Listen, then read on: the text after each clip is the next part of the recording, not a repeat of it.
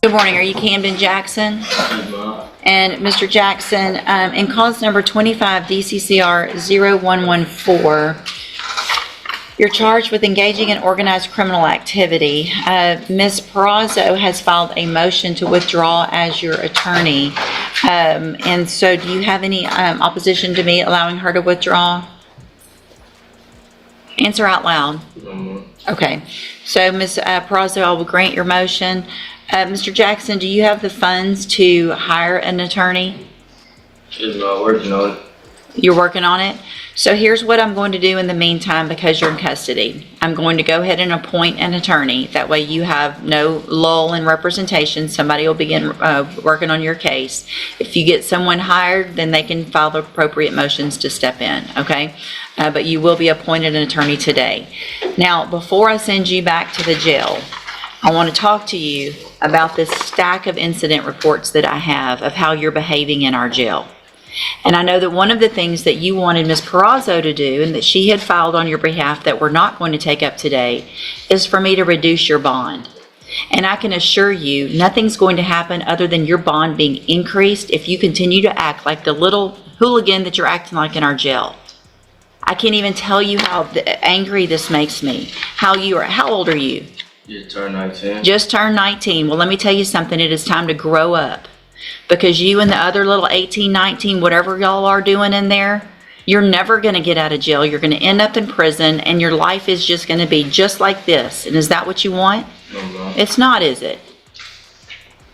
Cussing at the correctional officers, laying in bed because you don't want to get up, staying up late because you know when you get to sleep late? All right, guys, get ready because we're diving into a courtroom moment that slaps hard with reality. Meet Camden Jackson, 19, locked up and acting like he runs the place. The judge? Not having it. She goes off after seeing a stack of jail reports on his wild behavior. Cussing at officers, refusing to follow basic rules, treating jail like it's his personal playground. Camden's attorney just withdrew, and instead of focusing on his case, he's busy sabotaging himself. The judge gives him one last wake-up call. Act right or watch your bond go up and your sentence get worse. This isn't just courtroom drama. It's a crash course in consequences. Camden's standing on the edge. Will he smarten up or spiral deeper? When you're at home because you're not in jail for violating the law, that's when you get to sleep late. That's when you get to make your own decisions. You don't get to make those decisions right now. And I get a report every single time you're acting up. And you're going to keep coming in front of me with another lawyer, and it's the same thing. The DA knows about these, and if you think that's going to make them want to be nice and offer you some great deal on your case, it's not. All it's going to make everybody want to do is something worse to you. So starting today, if you think you want something good to come out of your case and you want some possible good treatment and to get out and to be able to live a life like the rest of us, start proving it starting today in jail. Otherwise, it's not going to happen. Do you understand? All right, go back with the bailiff. Thank you, Your Honor. Thank you. Mr. Kimler, you have Corey Carter. I thought this was set for a plea. Well, it was, so they would. I'll give the court explanation, Your Honor. It was gonna. Judge, we discussed what I thought was going to be a solid agreement, and then after reviewing jail disciplinary, I just... Next up, the reality check gets even more intense. The judge breaks it down for Camden. Every time he acts up in jail, it goes straight into his file. A file the DA, the court, and eventually a jury will see. Think that's bad? It gets worse. That behavior could be why he stays locked up longer. The judge drops facts. This isn't about ego or jail antics. It's about fighting for your future. She's crystal clear. Start proving you're serious or stay stuck in the cycle. Camden gets sent back with his new court-appointed attorney. But the clock's ticking. One wrong move, and the door to redemption slams shut. Didn't think the court would approve it, so my offer was being refused. Just to be clear, Your Honor, I had gotten Mr. Nichols to extend an offer of 4 years, which Mr. Carter was prepared to accept, and that's when I set it on the docket today to plea. I was contacted by Mr. Nichols yesterday and advised that he was withdrawing that offer based upon the jail write-ups, which I've been provided with, and that the offer was now 6 years and with a 7-year cap, and Mr. Carter previously refused 5 years, so I did another refusal. So, Mr. Carter, how old are you? 17. 17 years old. And do you realize now what you acting up in jail has already cost you? Do you really? Tell me what it's cost you. Well, some of your life. But you had already talked about a deal in your case that sounds like you were going to accept. Is that right? And because you can't behave and follow the rules in jail, and I get those reports, and the district attorney's office gets those reports, and your attorney gets those reports, they decided you don't deserve that, and I don't disagree with them. So here's what happens now. If your case goes to trial, and I'm going to go through some things in a few minutes about that, and you get found guilty in that trial, that jury can also hear all of those reports, every last one of them. And if you think this man right here ain't going to bring those in and show that jury why you don't deserve any mercy or whatever, he's going to do it. I would. Now buckle up.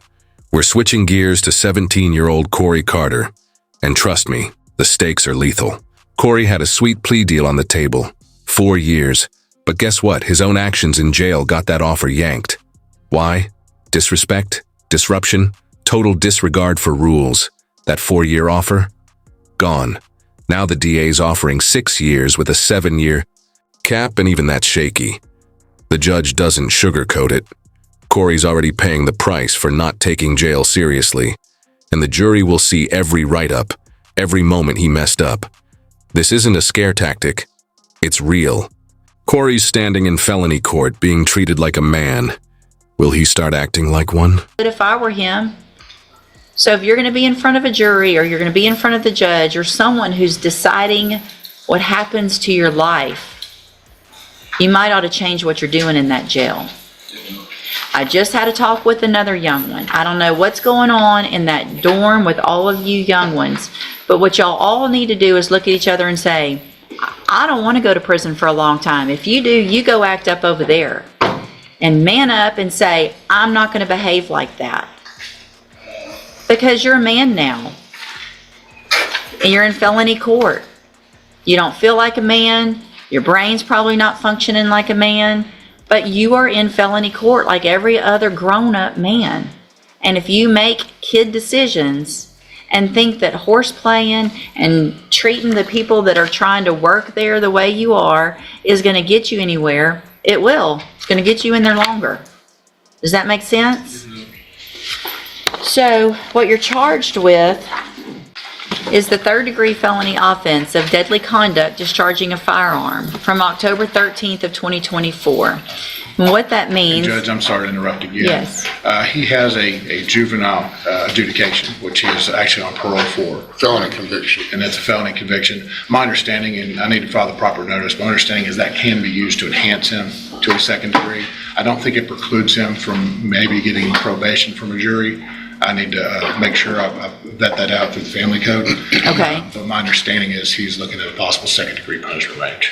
Do you agree with that? It's a hybrid situation with the prior juvenile felony conviction. I think that Mr. Nichols is correct that it precludes, or it does not preclude him from having to be eligible for probation from a jury. However, it will enhance the punishment range from a 3rd degree to a 2nd degree. So, Mr. Carter, what that means is that if you go to trial and a jury finds you guilty, and they find that that previous adjudication took place and was true, that you were adjudicated as a juvenile of a felony, that means that jury can sentence you anywhere in the range of punishment of a 2nd-degree felony instead of a 3rd, which is between 2 years and up to 20 years in prison. Do you understand?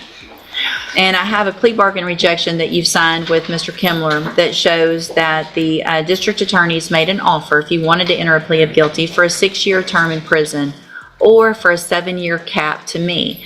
You have every right to reject that offer and have your case set for trial. We've talked about all that. Do you want to reject that offer and have a jury decide?